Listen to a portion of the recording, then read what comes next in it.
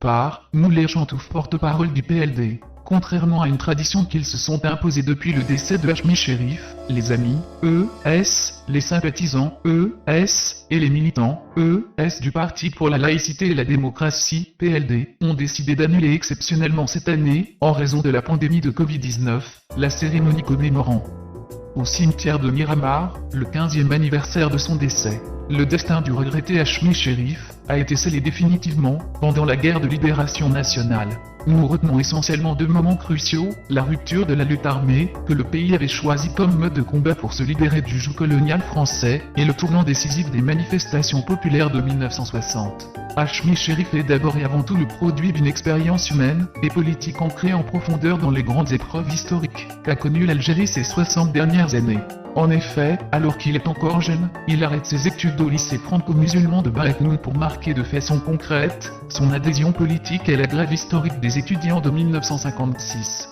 Dès l'âge de 19 ans, il rejoint les rangs de l'armée de libération nationale, et à 20 ans, il est élevé au grade de lieutenant. À l'indépendance, en 1962, il est chef de Daïra Palestro, qu'il débaptise du nom de l'Agdaria, en hommage à son compagnon d'armes de la Wilaya 4, Mokrani Rabat, le commandant Silagdar. Après le coup d'État du 19 juin 1965, il rejoint l'Organisation de la Résistance Populaire, ORP, et, en janvier 1966, il participe à la création du Parti d'avant-garde socialiste, PA, dont il devient un des cadres les plus importants. S'ensuit une vie politique dense et mouvementée, qui contrarie nombre de ses projets culturels. Mais il arrive quelque peu à se consacrer à la vie intellectuelle du pays.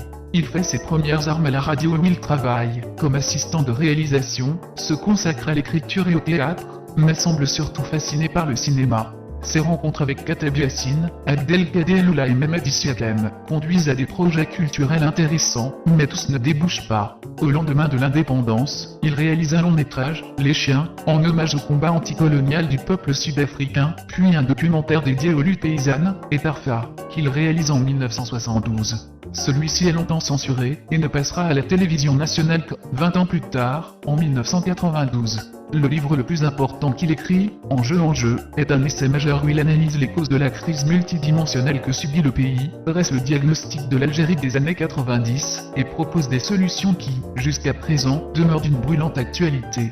Pendant les années 80, il est secrétaire général de la Fédération des travailleurs de l'enseignement et de la culture, FTEC, mais son action syndicale en faveur des travailleurs l'expose aux foudres du pouvoir, qui n'hésite pas à user de tous les subterfuges pour l'éloigner du syndicat. Au congrès de décembre 1990, il devient le premier responsable du PA en remplacement de Sader Hadjor.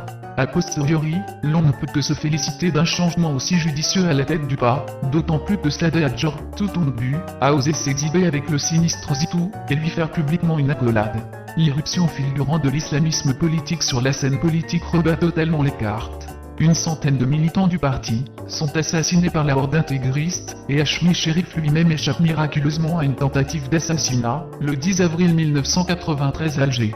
Face à l'aggravation sans précédent de la situation politique et sécuritaire du pays, Hachmi Chérif décide d'ajuster le pas aux urgences politico-organiques de l'heure en créant de nouveaux mouvements politiques, Etadi en 1992 puis le MDS en 1998. Il donne, ainsi, une résonance nationale à la stratégie de la double rupture, martèle à l'envie et impérieuse nécessité de s'inscrire dans le refus de toute élection, fût-elle présidentielle, législative ou communale, et de disqualifier la classe politique dans son ensemble, démocrate comprise.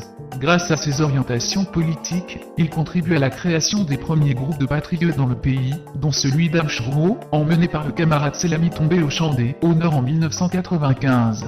L'Algérie, disait-il, a deux ennemis irréductibles, le système rentier et mafieux, et l'islamisme politique. C'est pourquoi, dans le fracas des armes et la trahison des lâches, il avait appelé l'ensemble des patriotes et des républicains à disqualifier ceux qui avaient fait de l'Algérie un champ de ruines et mené le peuple à l'abattoir.